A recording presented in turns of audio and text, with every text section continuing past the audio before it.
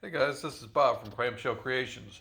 I wanted to do a quick video on pattern wire. I do get some questions on how to use it and how to bend it. So I thought I'd address some of those things. Now, I'm not going to get into bezel making and anything like that, but I do like to show what I use. Um, and I like to use this scalloped style bezel strip. I probably use this more than the regular, but I do use the regular stuff. And I also use some gallery wire on certain occasions on certain stones. But if you're not familiar with what pattern wire is basically a flat stock that has a design pressed into it. Um, there's all kinds, thicknesses, widths. Um, I get most of mine from Rio Grande. I'm sure there's other sources, but they have a decent selection. And some of these wider ones, like these two here on the end, um, not only do I use those in pendants, but I also make rings. They make great bands and ring shanks. So something like this, which is just, it's got a nice little floral pattern. And this guy, it has a nice little pattern as well. If we can get it to focus. There it goes. You can see it's got a nice little pattern. And this one's been oxidized, so those details jump out a little bit more. But when I make a big ring, something like this guy, I like to use that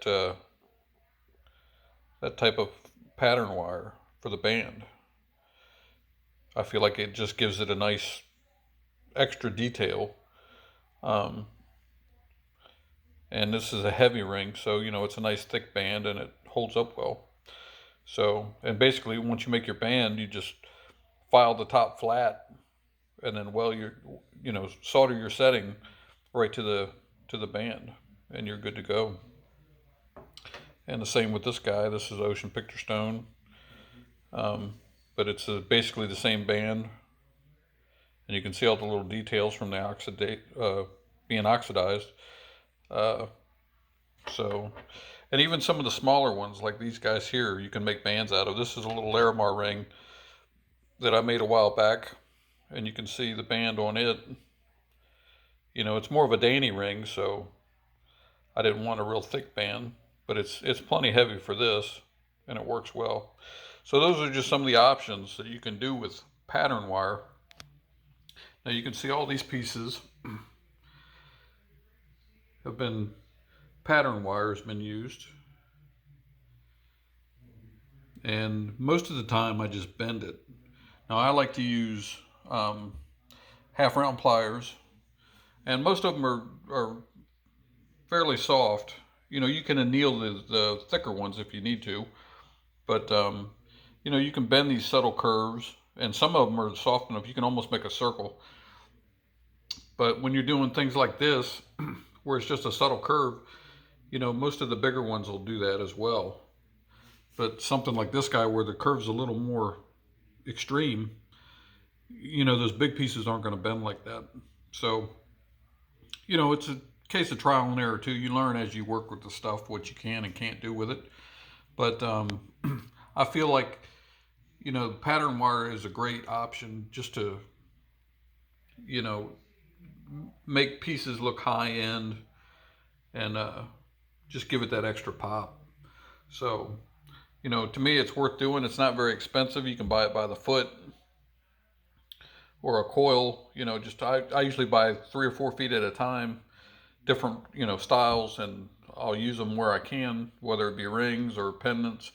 But it just gives you a nice option.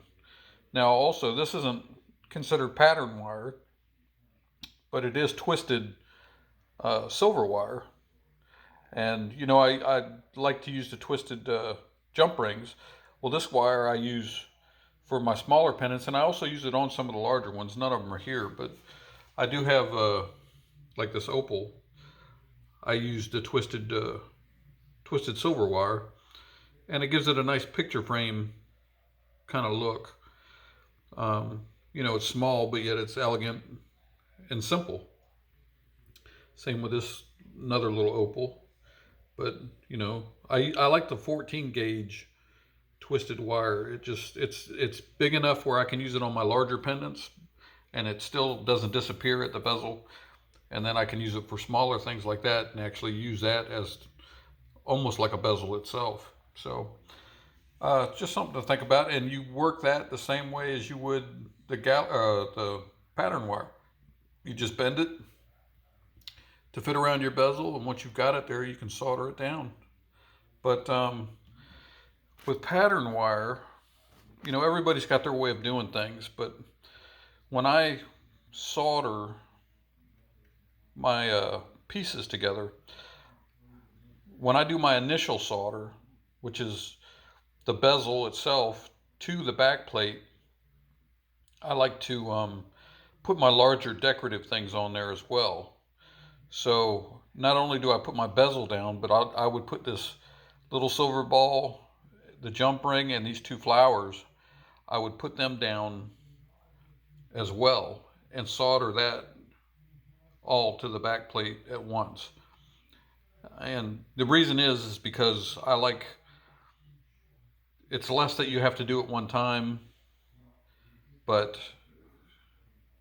I like those pieces to be in place when I do my pattern wire. That way nothing moves when I'm fitting the wire, and you can get a nice tight fit. You don't have to worry about stuff jumping off the piece. And it works well for me. I like, other than just doing the bezel itself and then going back and then doing the decorative pieces and then going back and doing the pattern wire, I just find it easier to do those larger stationary pieces that I know I want, doing them at the same time I do the bezel. So but that's just me, and that's the way I work. I'm not saying it's right or wrong, or that's how anybody should do it. That's how I do it, and it works for me. So other than that, the only other thing you need to do is when you do your back plate, or when you cut your back plate for your bezel, and you're going to use pattern wire, you got to make sure that you have enough room for the width of this around your bezel, because the last thing you want to do is solder your back or your bezel down to your back plate, and you find out you don't have enough room for your pattern wire to go around the piece. So other than that, it's pretty simple. Just make sure it's flat and that it's